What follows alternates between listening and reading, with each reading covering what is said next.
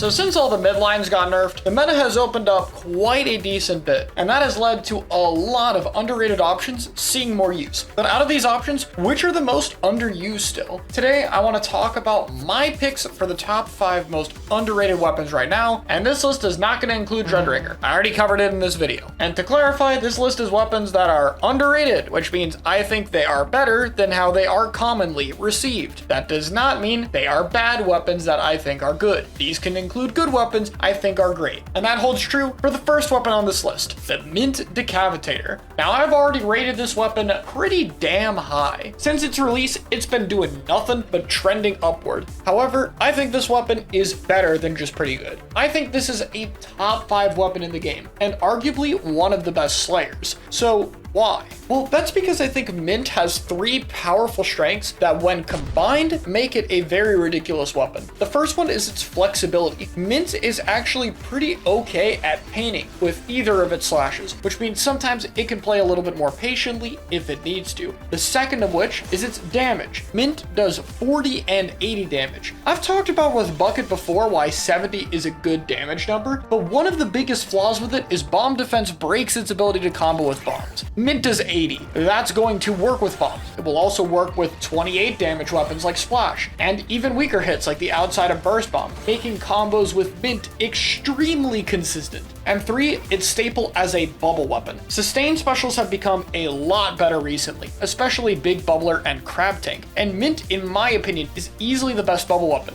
Roller might be a bit harder to move out of bubble, but the ability to dash to set up your bubble as well as dash into enemy bubbles makes it both the best bubble weapon and the best counter to other bubbles. I think this list of strengths makes Mint work with way more weapons than it gets credit for, and while Mint is definitely a more difficult weapon, it being so much more accessible than Splatoon Stamper means I think this weapon will continue to trend upward in usage as people get better at both the weapon as well as compositions with it. Number 2, Dapple Dooley's Nouveau. Kind of insane we finally get to talk about a good Dapple, but I think the main weapon for this has always been pretty good, at least since Splatoon 3. It got a lot of buffs in S2. It is a very fast weapon that can kill quickly and is difficult to punish while having a decent amount of turf output on its own. However, the thing it has always lacked has been a good kit, but finally, with Reeve Slider buffs and meta shifts over time, it's got there. Torp and Slider are pretty useful on this thing now. Both of them do some pretty big damage that, while comboing with each other, can also work with other weapons quite easily, while Dapple itself is very self-sufficient at getting quick kills. This to me makes it one of the best weapons at multi-killing. Having a Dapple pop up and surprise one player can very easily lead to a kill streak, and these quick multi-kills can give its team the ability to position more aggressively. Between that and a toolkit built around getting picks, I think Dapple is one of the most underrated slayers in the game right now. Number 3, Nautilus. So I think Naut was pretty obvious to get better when Squeezer got nerfed, but I think Naut is our first of 2 mostly counter pick weapons here. I think Naut is very good into short range comps, which is more popular with stuff like dualies being picked lately, and sharking comps, things that are more popular with stuff like rollers. Mostly because Nautilus's range plus high firing power gives it the ability to mow down those comps, while Sensor gives it the ability to find where they are. It's also worth noting Nautilus as a main weapon does 32 damage per shot, which has some unique damage combos such as working with Pen for a one-shot, and is generally very easy to work off of. It also is really great because it is an Inkstorm weapon. Inkstorm only needing to do 4 damage for you to be able to 3-shot someone is a pretty nice bonus for the weapon. And just to keep up with the Squeezer comparisons, while it doesn't have quite as insane range or matchups as that weapon even after its nerfs, the added paint flexibility along with a painting special means that you're going to cover a lot more of the weapon's flaws for your team than something like Squeezer that needs to have things built around it. And while this weapon can struggle with pencil and midline comps, I think when it's playing against the right composition, it has quite a lot of tools disposable to it.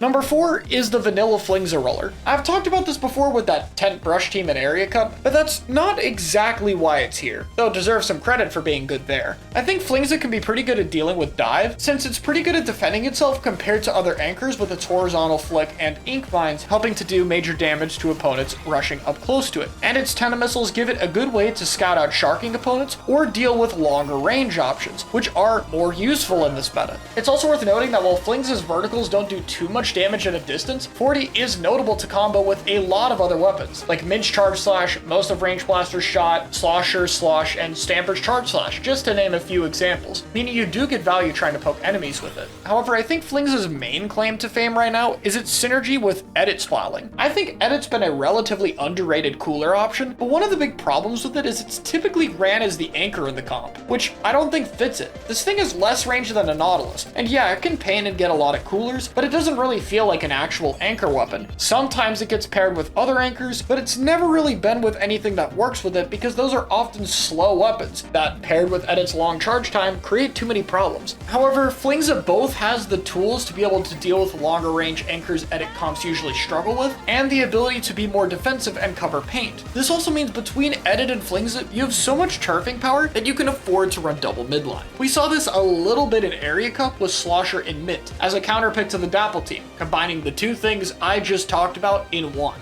And it clearly works quite well there. But in general, I think Flings Edit is a duo worth experimenting with if you have a strong double midline pair with it, as a very interesting style of play. Yeah, it doesn't spam missiles as hard as it used to before, but due to its better damaging flicks thanks to buffs over Splatoon 3's life, it has a trade-off that's definitely worth it, and frankly, a lot more fun. And it's only fitting that the last weapon on my list is something I rated pretty low, the Vanilla Splash-O-Matic. Okay, well, not that low. I used to rank it near the bottom of the top tiers under most other support shooters, and I think more recently I figured out why. Back in midline meta, the best option for V-Splash seemed really obvious. Range Blaster and Bucket are built around AoE, paired with Pencil and Vanilla Splash. Why doesn't it work? Well, I think there's a big problem with double midline being paired with Splash. The pain output is just really low. Oftentimes the short-range shooter is the person responsible for taking care of this pain. And for most short-range shooters that's fine, but not for Splash. The thing that makes it special is its flexibility between using its Burst Bomb or Crab Tank to be more aggressive or pair with teammates. Crab Tank literally taking away your main weapon for 8 seconds to get something better at combat,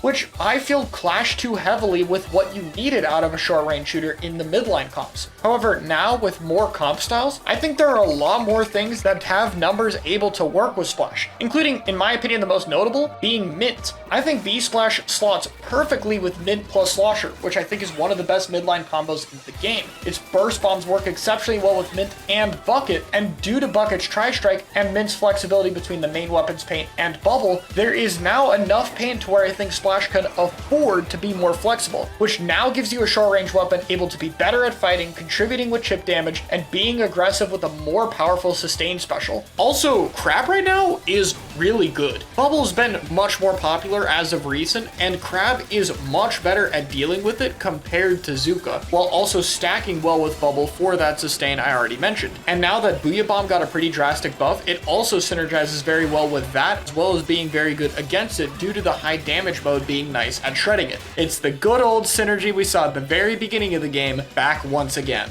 That is a lot of reasons to be used. That means I think Splash can finally play to its flexibility. It's about time we saw this weapon back in the spotlight. But that's just my opinion. Let me know what weapons you think are on the rise in the comments below, and subscribe if you enjoyed. I'll see you all next time.